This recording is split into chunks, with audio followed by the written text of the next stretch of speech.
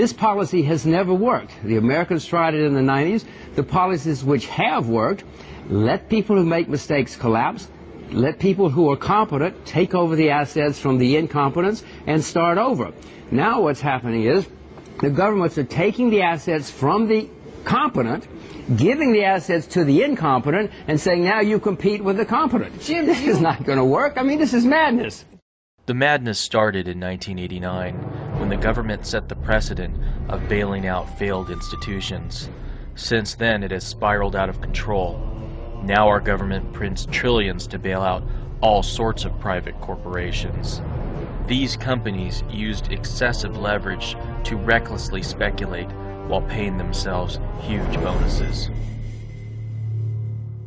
Since Obama was elected president, the Federal Reserve and U.S. Treasury bailout commitments have risen from $7.4 trillion to $14.2 trillion. $3.7 trillion has already been spent.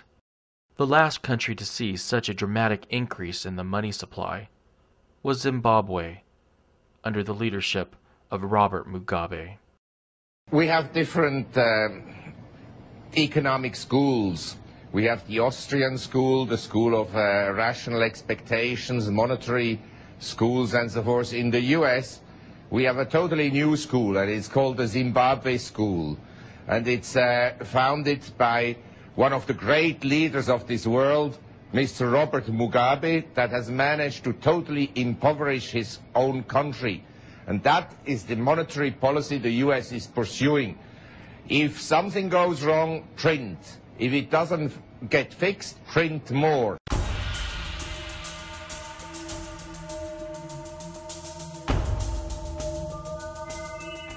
In February of 2006, Robert Mugabe directed the Zimbabwe Reserve Bank to print $20.5 trillion to buy foreign currency to pay off IMF debt.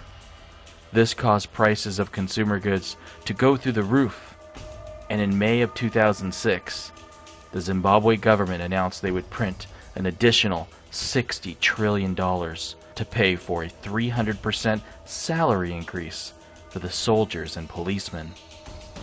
In August of 2006, 3 zeros were chopped off the currency to form a new Zimbabwe dollar.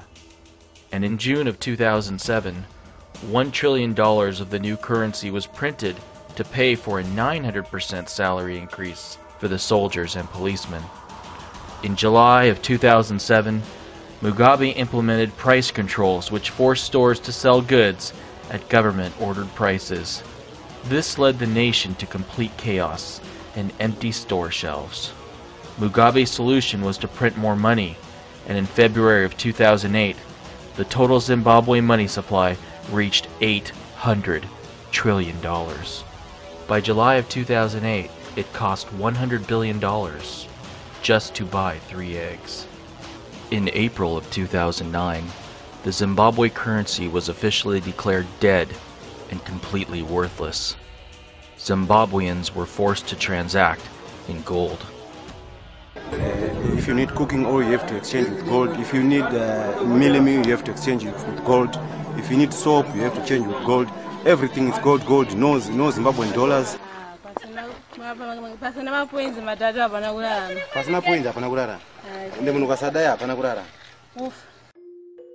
Gold has been universally accepted as real money for thousands of years.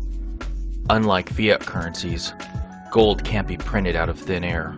Gold is expensive to mine, and its supply will always be scarce.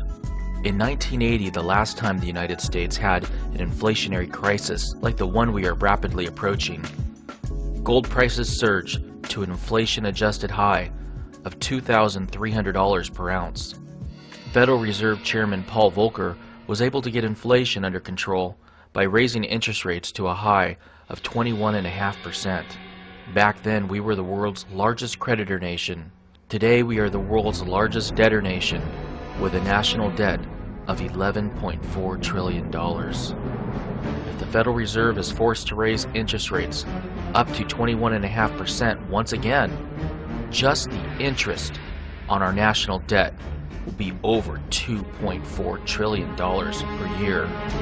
This is a death sentence for the American taxpayer.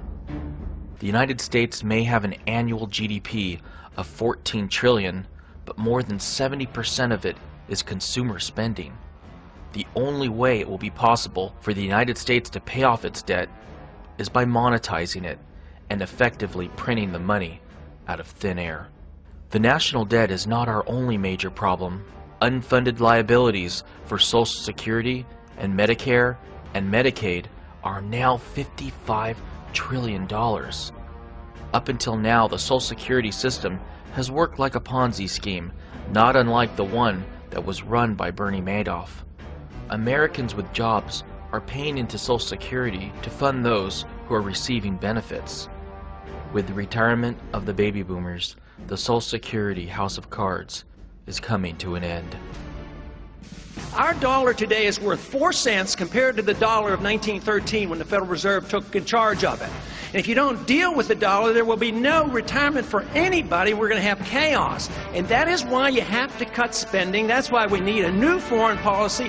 We need to tie the people over here in this country, the people who are dependent, but we need to let the people get out, whether it's Social Security or medical care or education. The Constitution doesn't advise that we do any of that anyway. That's the only way we can solve the problem.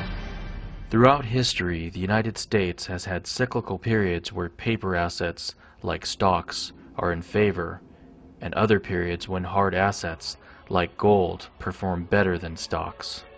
The long-term battle between stocks and gold is illustrated by looking at a chart of the Dow-to-gold ratio, which is the price of the Dow Jones Stock Index divided by the price of gold. After reaching a high of 44 in 1999, the Dow-to-gold ratio has been in freefall to its current level of 9. If the Dow-to-gold ratio bottoms once again at 1 like it did in 1980, we are looking at another 90% decline in the price of stocks when priced in gold. The Dow is going to be worth 1 ounce of gold. That's the level. So right now gold is worth $900 an ounce and the Dow is at 12,000. Those two numbers are going to meet somewhere. I don't know where, but they're going to meet. Silver prices have the potential to surge by an even greater percentage than gold. The Coinage Act of 1834 established a gold-to-silver ratio of 16:1, which lasted until silver was demonetized in 1874. The gold-to-silver ratio is currently close to 70, which means silver is receiving almost no monetary premium. During periods of high inflation, the gold-to-silver ratio tends to move back to 16, as it did in 1980.